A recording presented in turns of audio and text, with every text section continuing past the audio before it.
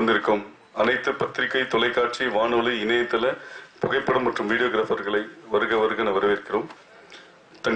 தங்களின் திருமண தேதி அறிவிப்பினை அறிவிக்க திரு பிரசன்னா அவர்களும் சொல்லி ஸ்னேகா அவர்களும் வந்திருக்கிறார்கள். உங்க எல்லாருக்கும் ஒரு சின்ன ரிக்வெஸ்ட் என்னன்னா, இப்போ ப்ரெஸ் மீட் முடிஞ்சோடனே அவங்க 2 பேரும் சேர்ந்து வந்து உங்க இருக்கிற இடத்துக்கே வந்து இன்விடேஷன் கொடுப்பாங்க. திருமணம் 10ஆம் தேதியும் 11ஆம் தேதி நடக்குது. திருமணம் முடிந்த 1 மணி நேரத்திற்குள் உங்களுக்கு தேவையான புகைப்படங்கள் மற்றும் வீடியோ கிளிப்பிங்ஸ் உங்க அலுவலகத்திற்கு தேடி வரும்.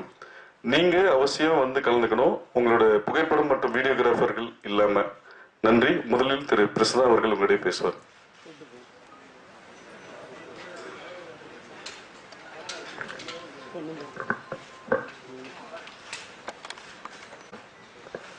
தமிழ், தெலுங்கு, மலையாளம், கன்னடம், ஆங்கிலம், பத்திரிகை, தொலைக்காட்சி, இணையதள, வானொலி நண்பர்கள், சகோதரர்கள், சகோதரிகள் அனைவருக்கும் என்னுடைய வணக்கம்.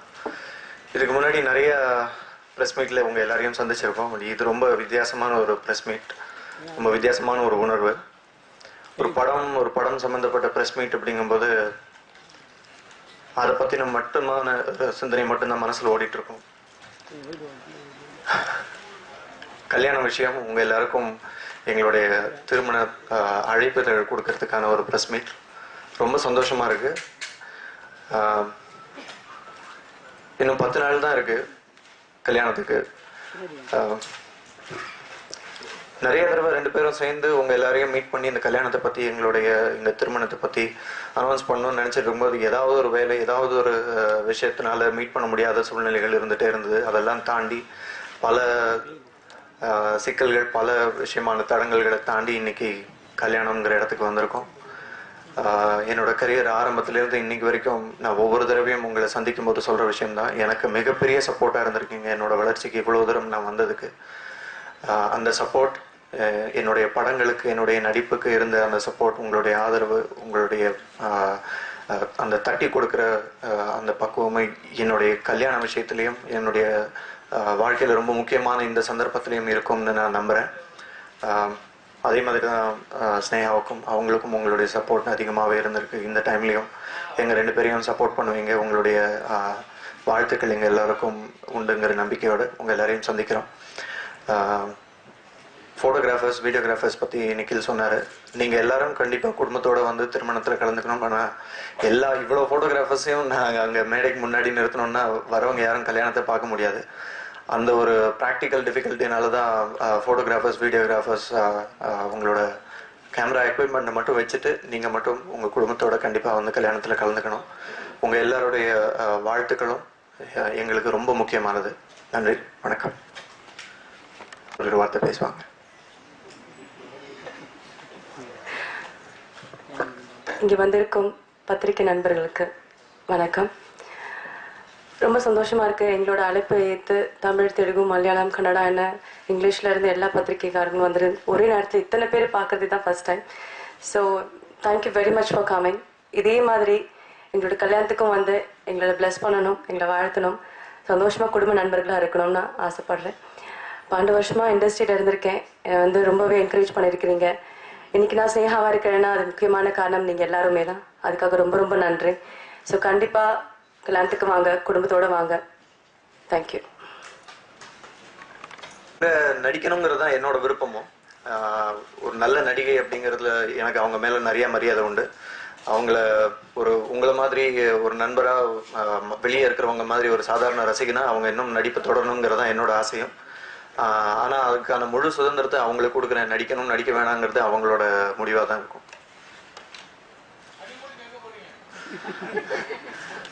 ஹனிமூன் ஒரு 3-4 இடம் செலக்ட் பண்ணி வச்சுருக்கோம்.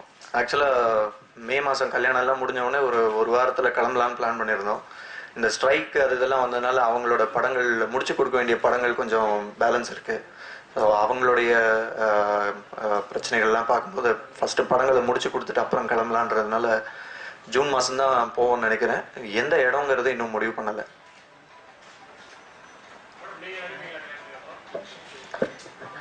இன்னும் முடிவு எடுக்கலைங்க. அதை பற்றி யோசிச்சுட்டு இருக்கு, நடிக்கணுமா நடிக்க வேண்டாமான்னு.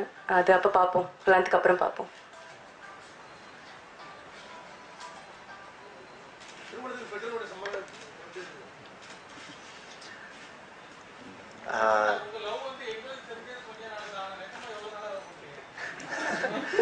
உங்களுக்கு தெரியறதுக்கு ஒரு 1 வருஷம் 1.5 வருஷம் முன்னாடியிலேருந்து போயிட்டு இருந்தது. பட் ஆனால் உங்ககிட்ட சொல்லக்கூடாதுன்றது கிடையாது. முதல்ல வீட்டில் சொல்லி எல்லாம் ஓகே பண்ணதுக்கு அப்புறம் உங்ககிட்ட வரணும் அப்படிங்கிறதுக்காக தான் கொஞ்சம் மழுப்பலாக பதில் சொல்ல வேண்டியிருந்தது.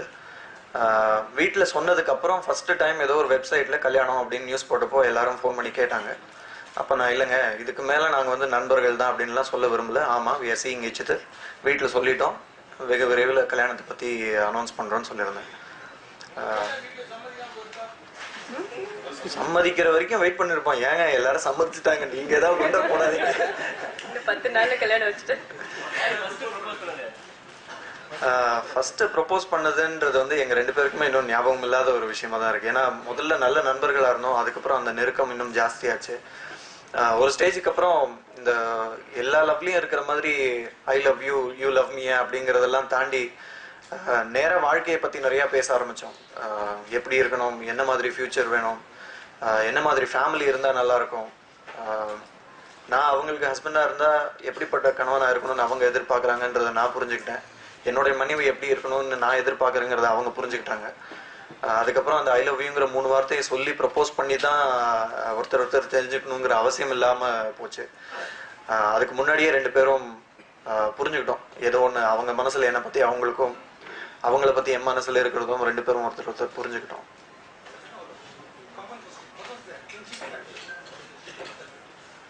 கிளின்ச்சிங் ஃபேக்டர் வாஸ் 2 பேருக்கும் லைஃப் பற்றி ஒரே மாதிரியான அபிப்பிராயங்கள் இருந்தது. அது முக்கியமாக லைஃப் பார்ட்னர் பற்றி, ரிலேஷன்ஷிப்ஸ் பற்றி. சுதந்திரம் எங்கே இருக்கோ அங்கே தான் ஒரு ஆரோக்கியமான உறவு இருக்குங்கிறத 2 பேருமே ஃபீல் பண்ண ஒரு விஷயம். அவங்க விஷயத்தில் நான் முழு சுதந்திரம் கொடுத்தேன், என் விஷயத்தில் அவங்க முழு சுதந்திரம் கொடுத்தாங்க. ஒருத்தர் காயப்படுத்திக்காமல் ஒருத்தர் எவ்வளோக்கு எவ்வளோ சந்தோஷமாக வச்சுக்க முடியுங்கிறத புரிஞ்சுக்கிட்டோம். அதுதான் ஒரு பெரிய ப்ளஸ் பாயிண்டாக இருந்தது எங்கள் 2 பேருக்குள்ள. எனக்கு என்ன வேணும், எனக்கு எது சரி அப்படிங்கிறது எனக்கு முன்னாடி அவங்க தெரிஞ்சுப்பாங்க. அவங்களோட நல்லது கெட்டது அவங்களுக்கு முன்னாடி நான் தெரிஞ்சுக்கணும்னு விருப்பப்படுவேன். அதுதான் பெரிய ப்ளஸ் பாயிண்ட் நினைக்கிறேன்.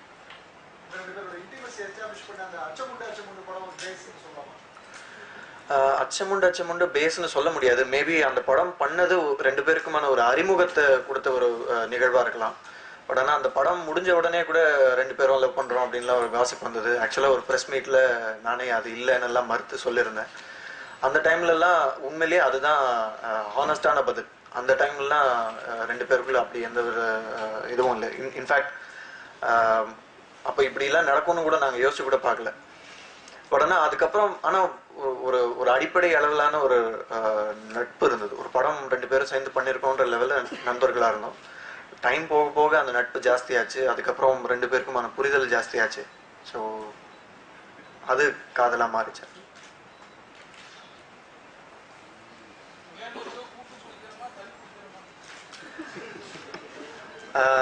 கல்யாணம் முடிஞ்ச உடனே கொஞ்ச நாளைக்கு தனி கொடுத்தனம் தான். அது ஏன்னா ஸ்னேகா அடிக்கடி சொல்லுவாங்க, என்னை வந்து ஒரு ஸ்டாராகவே எல்லாருமே ட்ரீட் பண்ணிட்டாங்க. எனக்கு ஒரு சாதாரண பொண்ணா என் கணவன் என் குடும்பம், ஒரு சாதாரண வீட்டில் ஒரு பொண்ணு என்னெல்லாம் வேலை செய்வாளோ அதெல்லாம் செஞ்சு சமையல் கற்றுக்கிட்டு இனிமே அந்த மாதிரி விஷயங்கள்லாம் பழகிக்கணும் அப்படின்னு சொல்லி நிறைய ஆசைப்பட்டாங்க. அதுக்கு கொஞ்ச நாள் தனி கொடுத்தனம் இருக்கணும் அப்படின்னு முடிவு பண்ணிருந்தோம். மேபி கொஞ்ச நாளைக்கு அப்புறம் அப்பா அம்மா கூட சேர்ந்து இருப்போம். கங்காதரன் தானே? நீரனா? ஓகே. சந்திச்சேன், ரொம்பவே ஃப்ரெண்ட்லியாக இருக்கிறாங்க, என்னோட ஃபீலிங்ஸ்க்கு மரியாதை கொடுக்குறாங்க. எப்படிப்பட்ட அப்போ மாமனார் மாமியார் எனக்கு வந்து இருக்கணும்னு ஆசைப்பட்டுன்னு அப்படி இருக்கிறாங்க. இன்ஃபேக்ட் நான் இவங்க கிட்ட எனக்கு அறிமுகமாகிறதுக்கு முன்னாடி எங்கள் அப்பா அம்மாவுக்கு இவங்களை ரொம்ப பிடிக்கும். அடிக்கடி ஃபோன் பண்ணிலாம் பேசிக்குவாங்க. ஏதோ ஒரு ஃபங்க்ஷனில் மீட் பண்ணப்போ அறிமுகம். அந்த மாதிரி எனக்கு முன்னாடியே அறிமுகம்ன்றதுனால அவங்க மேலே ஒரு தனி மரியாதையும் உண்டு அவங்களுக்கு. அவங்க ஸ்னேகா எங்கள் வீட்டு மருமகளை வராங்கன்றது அவங்களுக்கு ஒரு சந்தோஷமான விஷயம்தான். காதல் ரொமான்ஸ்ல என்னங்க சஸ்பென்ஸ்? சஸ்பென்ஸுங்கிறது வந்து காதலில் வரல, பட் கல்யாணம்ங்கிற விஷயம் வரும்போது நிறைய சஸ்பென்ஸ், த்ரில், ட்விஸ்ட், டர்ன்ஸ் எல்லாம் வந்தது.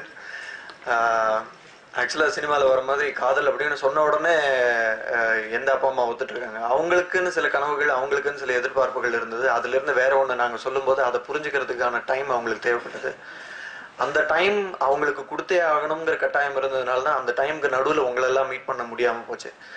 இல்லைன்னா ரொம்ப நாள் முன்னாடியே மீட் பண்ணி 2 பேரும் சேர்ந்து சொல்லியிருப்போம். ஆனால் அவங்க சைடும் சரி எங்கள் சைடும் சரி அப்பா அம்மா 2 பேரும் பரிபூர்ணமாக ஒத்துக்கிட்டதுக்கு அப்புறம் தான் நாங்கள் பத்திரிகைகள் மூலமாக மற்றவங்களுக்கு சொல்லணும் அப்படிங்கிற ஒரு முடிவில் இருந்ததுனால தான் இவ்வளவு தாமதம். ஒரு 6 மாதம் இருக்கும். என்னங்க? ஸ்னேகாவுக்கு நான் கொடுத்த காதல் பரிசு ஒரு 2-3 ஐஃபோன். அது அந்த புதுசாக வெர்ஷன் வரும்போதெல்லாம் மாற்ற வேண்டியது இருக்குது. அப்புறம் அந்த ஐபேட், வாட்சுகள், புடவைகள். நமக்கு மிஞ்சி போனால் வாட்சு, ஷூ, ஒரு சட்டை, பேண்ட் அவ்வளோதான் இருக்குது. அவங்களுக்கு லிஸ்ட்டு நிறைய இருக்குது. அது வந்து சூசகமாக அப்பப்போ நமக்கு தெரியப்படுத்துவாங்க. அந்த ஒரு புடவை பார்த்தேன், அந்த புடவை என்ன அழகாக இருந்தது தெரியுமா, பிங்க் கலர் புடவை அப்படின்னாங்கன்னா அடுத்து நம்ம அதை தான் கிஃப்ட் பண்ணணும் அப்படிங்கிறது நம்ம டைரியில் குறிப்பெடுத்து வச்சுக்கிட்டு மறக்காமல் அது பண்ணணும். நம்ம மாறி ப்ளூ கலர் புடவை கொடுத்துட்டோம்னா சந்தோஷப்படுவாங்க, புடவை வாங்கியிருக்கோன்னே. பட் ஆனால் பிங்காக இருந்தால் நல்லா இருந்திருக்கும் அப்படின்வாங்க. ஸோ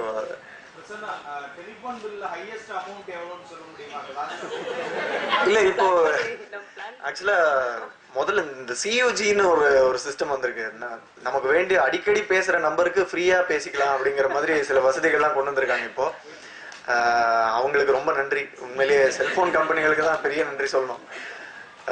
அப்படி ஒரு சிஸ்டம் இல்லாமல் இருந்திருந்தா நான் சம்பாதிக்கிறதுல பாதி செல்ஃபோன் பில்லுக்கே சரியா இருந்திருக்கும்னு நினைக்கிறேன். வெடிச்சது வேற, உடைச்சதுலாம் இருக்கு.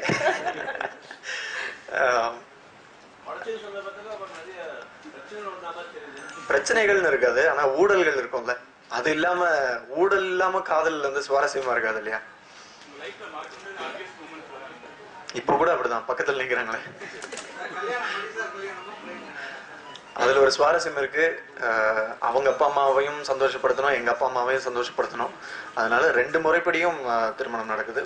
முழுக்க நாயுடு வெட்டிங்ல என்னென்ன பண்ணுவாங்களோ எல்லாமே இருக்கு. பிராமின் வெட்டிங்ல என்னென்ன பண்ணுவாங்களோ 2மே அதுவும் இருக்கு. ஆமா, 2 முறை தாலி கட்ட போறேன் ஸ்ட்ராங்கா. முதல்ல நாயுடு ஸ்டைல். ஏன்னா மடிசார் கட்டுறது கொஞ்சம் டைம் ஆகும். அதனால முதல்ல இதை முடிச்சிட்டோம்னா அப்புறம் பொறுமையா போய் அவங்க மடிசார் கட்டி வந்து இதெல்லாம் வச்சுக்கலாம். கண்டிப்பா.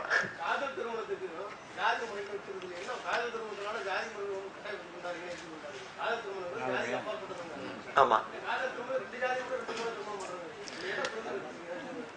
ஜாதி ஒழிக்கணும் அப்படின்றதுக்காக கச்சம் கட்டிட்டு இந்த காதலோ கல்யாணமோ நாங்க பண்ணல. காதல் வந்ததுக்கு அப்புறம் தான் இப்படி ஒரு விஷயம் இருக்கா அப்படிங்கிறத நாங்கள் ரியலைஸ் பண்ணோம். எங்களை பொறுத்த வரைக்கும் ரெஜிஸ்டர் ஆஃபீஸ்லேருந்து கையெழுத்து போட்டு கல்யாணம் பண்ணியிருந்தா கூட சந்தோஷமாக தான் இருந்திருக்கும். ஆனால் எங்களுடைய குறிக்கோள் அப்பா அம்மாவை ஹர்ட் பண்ணக்கூடாது. எங்கள் அப்பா அம்மாவையும் சரி அவங்க அப்பா அம்மாவையும் சரி கூடிய மட்டும் நம்மளை சுற்றி இருக்கிறவங்களை சந்தோஷமாக வச்சுக்கணுங்கிறதுக்காக தான் இந்த நடைமுறை சம்பிரதாயம் இதெல்லாம் ஒத்து போய் கல்யாணம் பண்ணுறோங்கிறது. இல்லைன்னா எங்கள் 2 பேரை பொறுத்த வரைக்கும் நான் சொன்ன மாதிரி ரெஜிஸ்டர் ஆஃபீஸ் கல்யாணம் கூட எங்களுக்கு சந்தோஷம் தான். Thank you. Thanks a lot.